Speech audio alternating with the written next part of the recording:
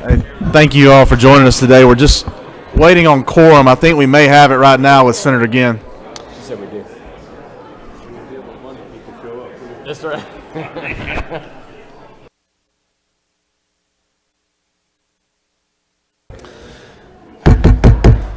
Hey, thank you all for joining us here today. We're going to go ahead and get started with the Appropriations Committee this morning. We know we need to be out of here by 9 a.m. for the House Rules Committee. And I'm going to ask Chairman Dolezal if he doesn't mind leading us in an invocation. Good morning, everyone. Let's pray. Father, we thank you for the gift of life today. Thank you for the opportunity to serve your people, and pray that we would do so with wisdom, honor, and dignity. In your name we pray. Amen. Thank you, Chairman. It's going to go a little out of order. Senator Hofstetler, would you like to go first and present your bill? I know we might have a time limit. Yep. And then we'll go to the budget, and then we'll take Representative Leverett.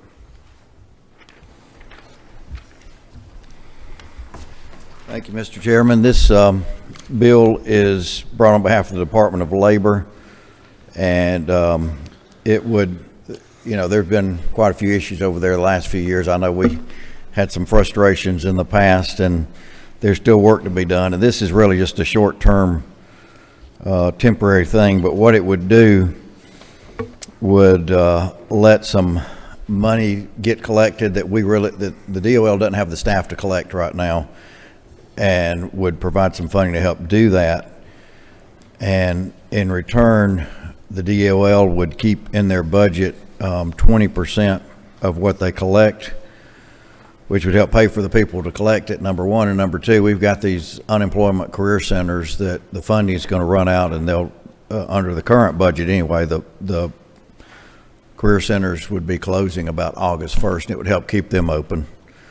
Now, you guys know how I like sunsets around here, so we've got a 2-year sunset on this where we would evaluate it and see if it's done. So you'll see line 14 is where we make a exception to the code, and then if you go on to line 25 is where it talks about retaining up to 20% of these funds. So it's a little bit of a unique thing. I know we did something similar with the DOT in the past, but this is a very small measure, but I think it would let some funding be there.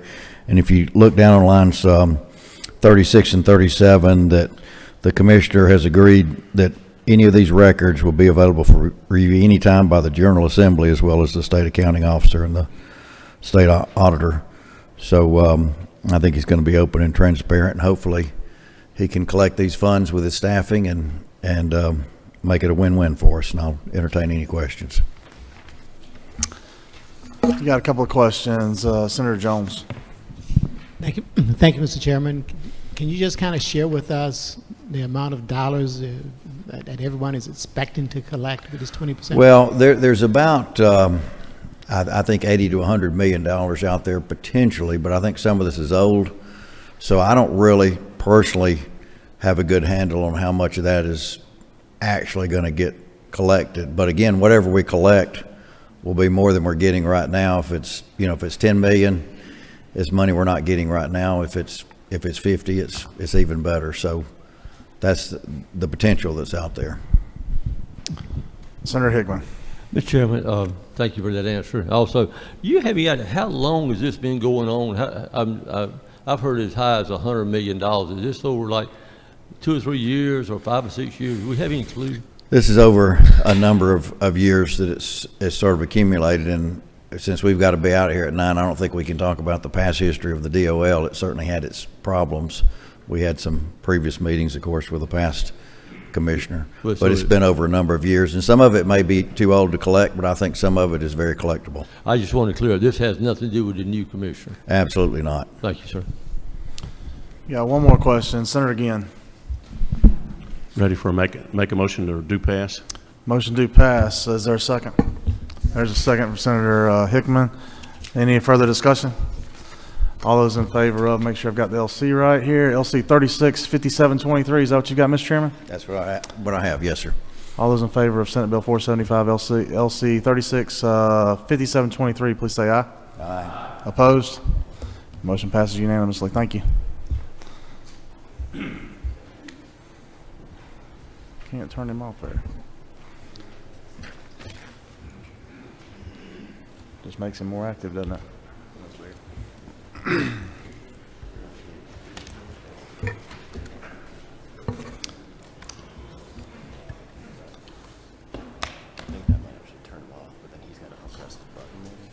Maybe so. We'll leave it.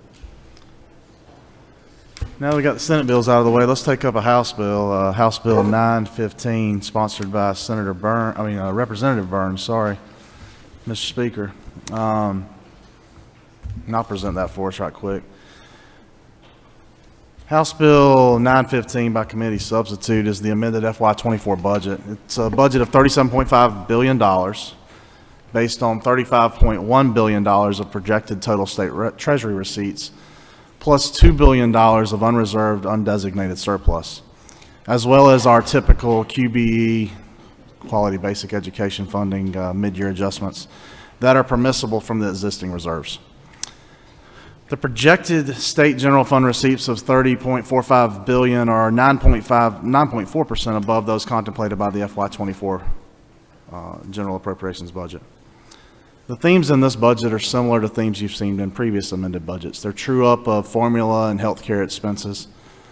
And they also reach a little bit differently this year because of our unprecedented collections to allow the state to catch up with investments in certain fields.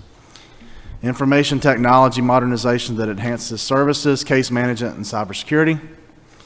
Long-term and long-needed building renovations and construction that is done without assuming more debt that otherwise will be approached through a bond funding and general budgets. And these also, in this amended budget, we're able to address physical liabilities that will ultimately assist in long-term cost avoidance. The last theme I think you'll see in this year's amended budget is that we equip state employees and state law enforcement entities with needed resources. Of the $37.5 billion, you'll see one line that's repeated throughout almost every section, and that's a $1,000 pay supplement for all state employees, state teachers, and regents. The governor announced this in the December of 2023. The House supported it, the governor's budget supported it, our budget supported it as well. I want to tell you what's not in that. What is not in that $1,000 is a pay increase or a supplement to any elected official. We are all excluded categorically from that. What is included is a $1,000 pay supplement to all those who are paid with federal funds. That's something we have not done in the past. We've had a big battle in the past over supplanting federal funds, but we have gone along with that $1,000 increase, even when the positions were funded with federal funds or other funds in this year's amended budget. After hitting those kind of big themes, let's dive right into it. You always know Section 1 of your budget will always be the Senate. In the Senate's phase of the amended budget, the Senate met increases just to match the House's increases. We represent the same number of people, so we put the same dollar increases in our budget that the House had in theirs. In the courts, you'll see that one of the things that I think I'm the most excited about in this budget is what we were able to do in the juvenile court judges line item. Over the past 2 budget cycles, we have talked about dependency cases and permanency cases and whether or not there was a backlog. There's a debate over that, and even defining backlog has proven to be problematic. But what was not problematic and what we thought was clear was a supplement we put in place to try to move cases along. That supplement language somehow disappeared, and there was some ambiguity about whether or not it still existed. The Senate budget allows and matches the House adds in this program for about $170,000. But also adds $650,000 in technology improvements at the AOC to allow for a universal technology that will be able to show us how long cases have been pending, how long children have been waiting on termination of their parental rights so they can be placed for adoption, or how long they've been waiting to see whether or not we can move along on a unification plan. That, to me, that $650,000 is, to me, the most exciting thing you'll see in this amended year budget. There are other things too, obviously, and you can't spend $37.5 billion and only talk about $650,000. At the Department of Administrative Services, you'll see some of the bigger expenditures. The state promotes efficiencies and the Senate goes along with them with $158 million to redesign our state's human capital and financial systems. I want you to look at that line, though, that $158 million. That's just a partial payment. Over time, that will be $542 million, so that the legislature will have the ability to look inside all programs, including Regents, to see what's being paid and when, so that we can have an accounting system where we can truly be stewards of the dollars that we've been trusted with by the taxpayers of Georgia. There's $5.5 million in that same program for the Department of Labor for benefit, tax, and appeals processes improvements. And at DOAS, you'll see $248 million for long-term cost avoidance by investments in our property, workers' comp, and liability risk pools. Next section you'll come to will be the Department of Agriculture. The Senate included $5 million increase for capital project needs over the House budget for the state farmers market, and we added back certain funding for the EV charger station pilot pursuant to Senate Bill 146. We did, however, disagree with the House funding that they added for Senate Bill 220. The Senate also was able to recoup savings found in the governor's disregards for the Georgia Ag Expo Authority, and we exceeded the governor's position, but were slightly below the House position on new vehicles for the Department of Ag. At the Department of Behavioral Health and Developmental Disabilities, the Senate agreed with the House on transportation alternatives pilots, but we did so in a slightly lesser amount. And we increased funds to complete the Gateway Child and Adolescent Crisis Stabilization Unit in Savannah, and we paid for this through a reallocation of direct care support funds. At the Department of Community Affairs, the Senate agreed with a House add of $2.5 million and matched that in community improvement grants for a total of $5 million. At the Department of Community Health, the Senate trued up numbers to match expected projected expenditures in the ABD and LIM programs. We also matched House adds for AHEC and lupus, and we pushed the Cobb County Federally Qualified Health Center into the FY25 budget, where we already have base funding sitting there waiting. At the Healthcare Workforce Board, the Senate reiterated its position for studies on licensure and evaluation gaps in healthcare staffing for neurology, psychiatry, rheumatology, and endocrinology. We also took a underutilized rural physician grant program and repurposed it into a loan repayment program for nursing school faculty. Again, last item at the Healthcare Workforce Board would be the Senate reiterating its position on the OTPT rate increases for providers in children's intervention services. At the Department of Corrections, the Senate trimmed the healthcare contract slightly, but we agreed with the $450 million addition to spend a total of $900 for single cells at a new state prison facility. The Senate also dramatically increased state spending on capital repairs, $135 million, a match that was also supported by the governor and the House. And we made a huge down payment on another initiative that I feel is extremely important in this year's budget, and it's been championed by the senator from the 56th, for a development of a program to shut down all cell signals at state prisons by 2026, with the first projects to begin immediately. At the Department of Economic Development, the Senate supported one-time funding for security measures concerning Atlanta's chosen position as a site for the FIFA 2025 games. That's $29.25 million. We trimmed rents at one of our highest rent districts in the state, and we stuck with the House on funding for new vehicles. We also instructed the department to use sponsorships to host a symposium concerning the deployment of hydrogen energy applications, which we do consider to be an exciting new field. At the Department of Education, the Senate did not follow the House ads for community and schools, but we did direct the department to use 10 of the roughly $11 million they have remaining in ESSER funds that expire this fall for a project that supports character education in the classroom. Character and leadership development took a major hit with the lack of social interactions during the COVID-19 pandemic, and these funds, these $10 million in funds, have a one-to-one match, private match, that will push $20 million into character education for our schools. The Senate supported the state charter supplement increase of $27.7 million for a total of $231.3 million now on that state charter supplement line, and we supported the $100.7 million for midterm adjustments for growth to the QBE formula. At the Employee Retirement System, the Senate supported the governor and the House ad for $500 million to increase the funded ratio to improve long-term viability for our state's pension system. The state also left $26.7 million in the base for potential use this year. At forestry, the Senate supported an ad for $8.6 million to update the radio network. We also included language concerning new hairs they wanted to buy, hoping we can find some efficiencies in that radio network that will allow them to purchase those as well. There was a caption change at the governor's emergency fund, and at the Department of Human Services, you'll see that the Senate agreed with a House ad for the long-term care ombudsman program. There's a contract that DHS has with Equifax and Talix for contract. It's a contract for eligibility verification. There's an additional increase there for $2.061 million. The Senate went along with this ad, but they do want to serve notice that this line is going to get additional scrutiny in coming cycles. At Voc Rehab, the Senate supported one forklift, not two. And at the Department of Insurance, we supported a $134 million investment in the state reinsurance program. That's a program we hope helps regulate the cost of private insurance plans to make premiums more affordable, and $16 million at the state insurance, at the state exchange.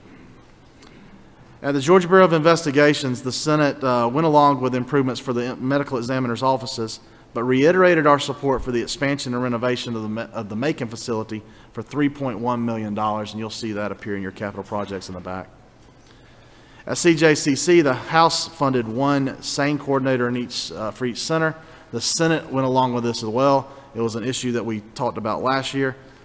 And I think it's appropriate also now to mention that outside of this budget process, the governor has announced yesterday an add of $26 million for the victim services grants, which would now bring that to a total of $94 million granted outside the ARPA program to victim services.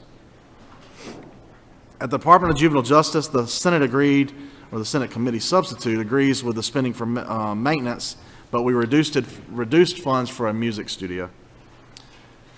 At the Georgia Department of Labor, we agreed with the governor and the House on the one-time funds for $5.5 million in technology upgrades.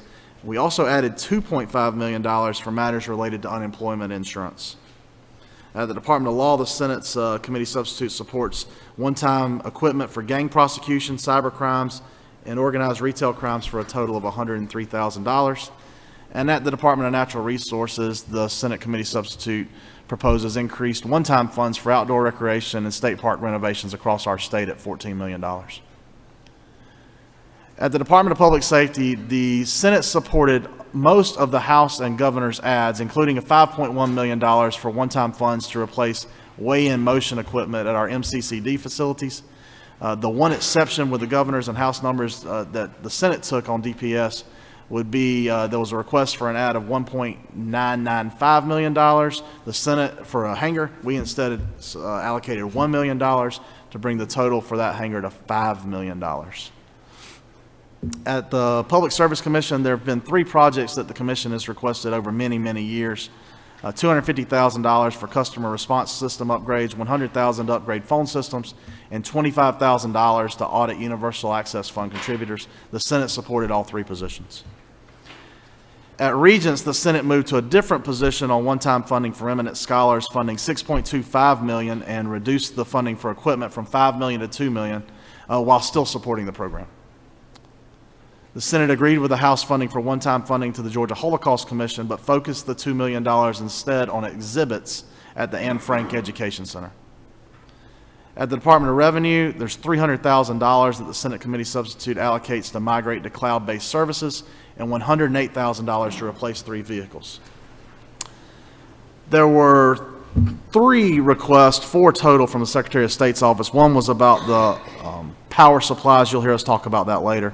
The 3 others were $110,000 for watermarked ballot paper, $107 million for increased postage due to redistricting and the need to mail out new precinct cards, and then $5 million for a third-party ballot text auditing technology. The Senate funded 2 of these, the watermarked paper and the redistricting precinct cards, and is awaiting confirmations from the Secretary of State's office before agreeing to fund the ballot text auditing technology. At Student Finance, some savings were realized by the Senate through decreased utilization of the Hope Scholarship, the Public Safety Memorial Grant, the Hero Scholarship, and tuition equalization grants. Those aren't reductions. Those are really just matching head counts in those programs and whether or not those funds were used there. If they weren't, we repurposed them and rolled them back out in the amended. At our technical colleges system, after much discussion, the Senate agreed to increase funds to meet existing training obligations at line 341.3 for $4.7 million. The Department of Transportation, you'll see a whole lot of changes, but let me walk you through what they do. It doesn't, all the monies that the House or the governor had placed in transportation remain there. We just realigned the chairs on the deck a little bit. You'll see the Senate proposal places $98 million into airport aid. We matched the House half for a total of $8 million for state-owned rail lines. We placed $250 million into the LMIG program, but moved the LMIG program over into the LARP program because the LMIG program requires a 10% match that the governor and the appropriators agree could cause an issue this late into a budget year. We do have assurances from the Department of Transportation, however, that they're going to use that LARP, they're going to use the LMIG formula for distribution the same as though it were in, even if it is in the LARP program. The Senate budget also took, in realigning those chairs a little bit, left $500 million for the entire statewide freight and logistics program, $50 million in capital maintenances with assurance from the DOT that this is enough with a federal match to get us through this budget year, and put the balance of that money into capital construction for congestive matters, to fight congestion across our state. This year's budget, amended budget particularly, is different from most. You know that right now we're usually truing up things, and when we get to the big budget, you're looking at the bond package, and I usually lose the attention of most of you as you flip to the back really quickly to see what schools, technical colleges, or libraries may be funded in your district. But this year is different. You see, the state of Georgia, because of the leadership of Governor Kemp and the House, Chairman Hatchett and Director Dunn, we've held our cash close, and it's served us well. In record high inflation, we are able to potentially cash purchase items that we used to have to borrow. We were able to get a almost 1% interest rate on our bonds in past years because of our strong cash position. But now with 40-year high inflation, you're not going to see a 1% bond anymore. We'd be lucky if we saw a 5% bond. And that would be doing well. So the governor's budget proposal takes those items that we normally would fund with bonds and allows us and moves it into funding them with cash. It's a savings that will save our children and grandchildren millions. And it's an extremely smart and prudent move given the current economy. So when you flip back into the GISFIC part of your budget, you'll see where we've taken and cash funded a multitude of items that normally would be bond funded. One of those will be the University of North Georgia STEM project. The Senate also added 1/3 of our funding for the Middle Georgia State University capital request. There's funding for a medical school in Athens. There's one-time funding for a dental school in Savannah. $4.6 million in the Senate proposal to continue to purchase the Augusta Transition Center for the Department of Transportation. Approximately $300,000 to outfit new trooper posts in Oconee and Fulton counties. $3 million, as I mentioned before, the request was $6 million, but $3 million for uninterrupted power supplies for our state's election machines. $6 million to match federal funds to expand the Port of Brunswick. $100,000 to begin a study for a veterinary school at Fort Valley State University. And the pull forward of a project that's approximately $5 million at Georgia Southern University. These are projects that you normally would see in the FY25. You're seeing them in the 24 because of the prudent budgeting that we've had because of our governor. And I think these are projects that all of us can support, especially at the lower dollar amount that our citizens will face based upon the savings we've been able to produce over these past few years. As we begin to close, I do want to mention that all the items in the budget that you see don't get accomplished because of what we do right here. We pass a budget, but we then rely on state employees to implement that budget. and the ideas that we pass. And we have roughly three different buckets. I'm going to focus on one here today, though. Three different buckets of employees. We have our local school teachers. You've heard what we've been able to do for them over the past. The average salary now and average pay for a teacher in Georgia is between $65,000 and $69,000. That's not telling you that every teacher's paid $65,000 to $69,000. I'm telling you what the average is. Some are higher, some are substantially higher, and some are lower. At our regents, that's sort of the second bucket of employees that we have here at our state. And you can look at the Georgia Data Analytics Center and see how pay goes across regions. But I want to focus on the 55,000 state employees who are everybody else. Of those 55,000 state employees, roughly, this isn't roughly, this is an exact number, 29,346 of those make less than $39,999 a year. They make less than 40 grand. I'm going to highlight who those are for us for a second. 2,280 employees at the Department of Behavioral Health, the folks that we trust to provide the mental health services for bills that we've passed over these past 5 years, make less than $40,000. The average pay at the agency is $52,377.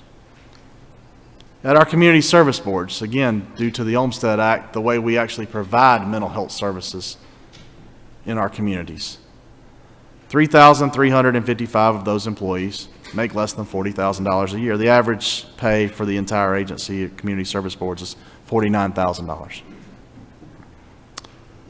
At the Department of Corrections, which you've heard highlighted in media and highlighted by us, and new technology that we're going to implement across our state, 2,097 employees make less than $40,000 a year. The average salary at corrections is $48,398.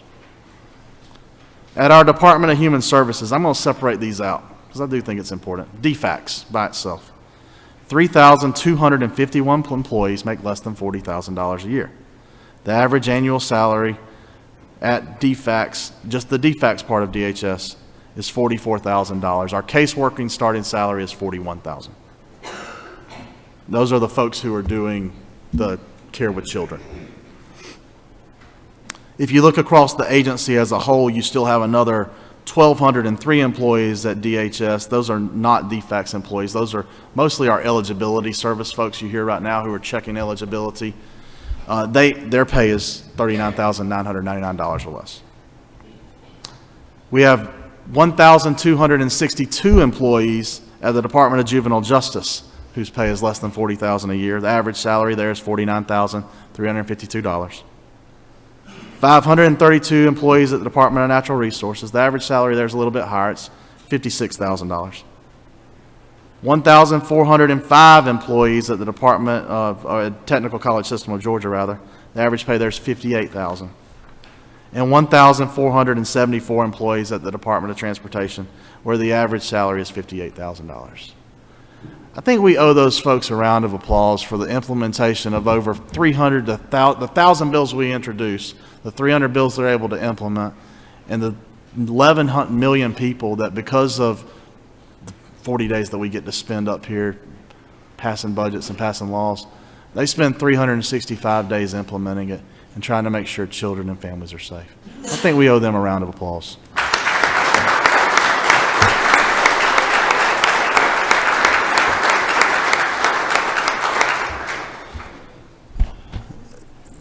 What you have before you, you've had a chance to flip through it. You've heard my summary. If there are any questions, I'll take them now, and if not, at the right time, we'll take a motion.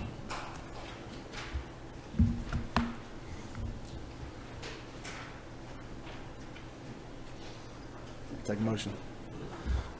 We got a question from, I think it's Chair Lady Kirkpatrick. Sorry. Motion? Okay. Motion from Senator Kirkpatrick, second by the Pro Tem. Any further discussions?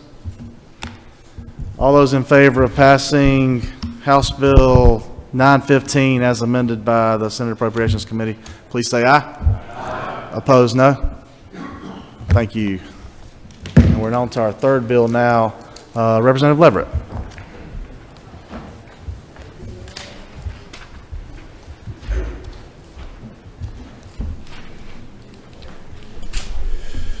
Thank you, Mr. Chairman. Good morning, Mr. Chairman and members of the committee. I appreciate very much, Mr. Chairman, the opportunity to present this bill so early in session. This is House Bill 947. It's a bill that will reform the compensation structure for state-paid judges, and that's an important distinction. This is state-paid judges, judges that are actually state employees. That's judges of the Supreme Court, Court of Appeals, statewide business court, and Superior Court. And that's the scope of this bill. It doesn't go any broader because those are the only judges in our system that are state-paid and state employees. This bill will alleviate problems in the existing structure and provide a path forward to support a strong, independent, and high-performing judiciary.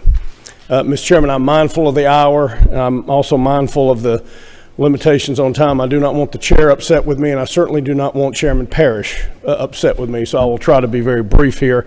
I also understand that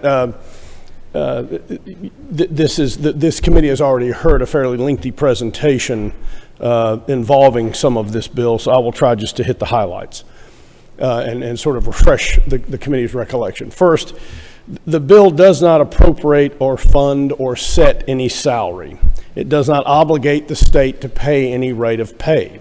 It actually amends an existing statute to remove the dollar amount that is set out in there for these salaries and replaces it instead with a maximum. So in a sense, that does restrict our appropriation authority, but I would assume that is a restriction we would welcome.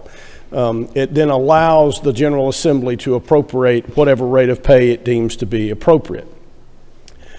Second, the bill tries to, extricate us, at least superior courts now, from that uniquely odd system we have where they have local supplements, in which the local supplements have taken on such a large proportion of pay for these people who are supposed to be state employees. And I think many of us know that local supplement structure has caused wide variations in pay among Superior Court judges throughout the state, and even has resulted in some judges of Superior Courts making more than our appellate judges do, which I think is somewhat of an upside down arrangement. So what we're trying to do with this is we are still allowing some local supplementation of salary. We're calling it locality pay, and it will be limited to 10% of whatever the state salary is.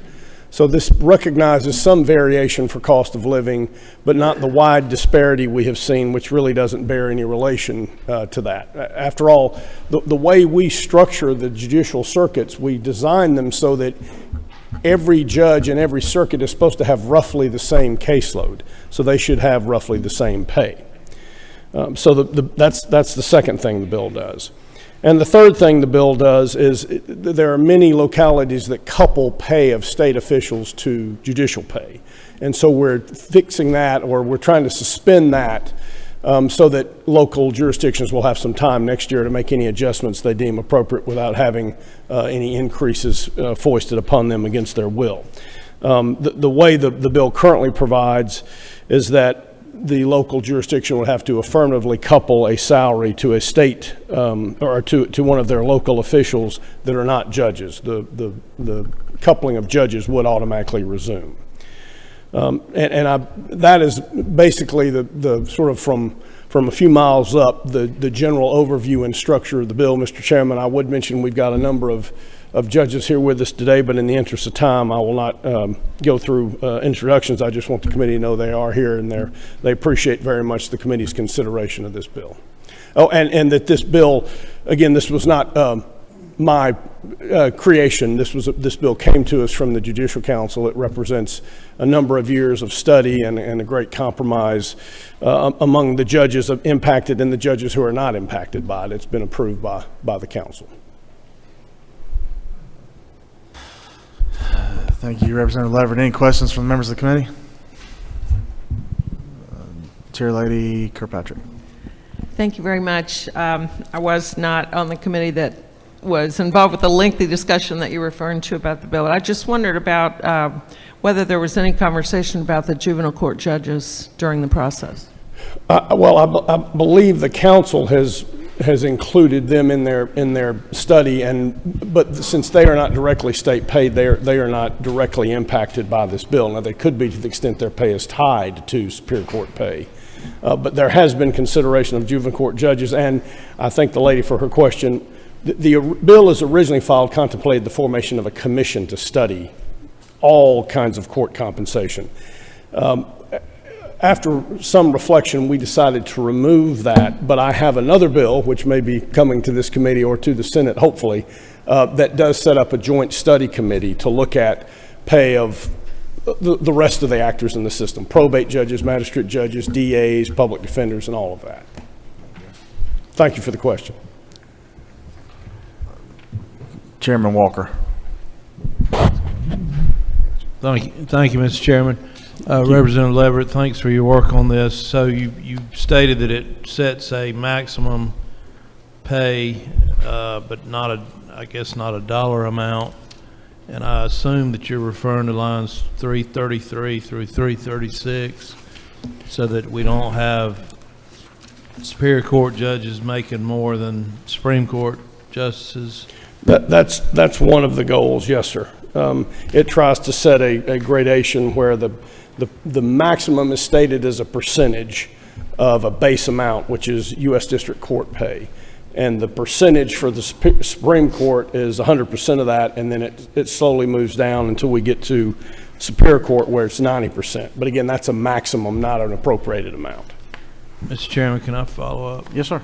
Representative Leverett, is there a maximum dollar figure in here anywhere, or would that be established by separate legislation or appropriations?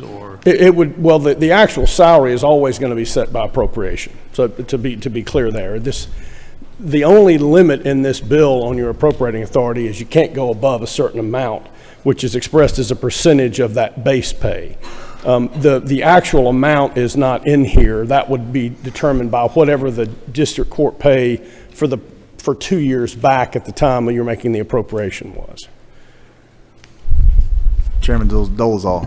Thank you, Mr. Chairman. Thank you, Representative. 2 questions for you. One, I've heard that the cost of this is approximately $22 million if passed as is. I'd just like you to clarify if that's the case and correct me if that's not the case. And then secondly, you referenced that this was subject to a good bit of negotiation. Can you let us know what maybe the top 2 negotiating points were and how you guys landed where you are and what the pushback was and perhaps in that negotiation? Thank you. So as to your first question, this bill itself does not impose that cost. If the legislature were to fund all of these positions at the maximum set, I believe it would be $22 million, if that was all done in 1 year. But this bill does not mandate that you do that. You can leave pay where it is. It would restrict the counties in their supplements, but it would not. In other words, that is a potential cost if you choose to fund everything at 100%, but that is not mandated by the bill itself. Passing the bill will not cause that to increase. You still retain discretion as an appropriator to set the salary at amount you deem appropriate. You just can't go over that number. And as to the negotiating points, I confess I was not involved in the Judicial Council's discussion and the study over those years, so I don't know what the points of contention were, but we do have some judges here who could address that issue for the chairman if you'd like.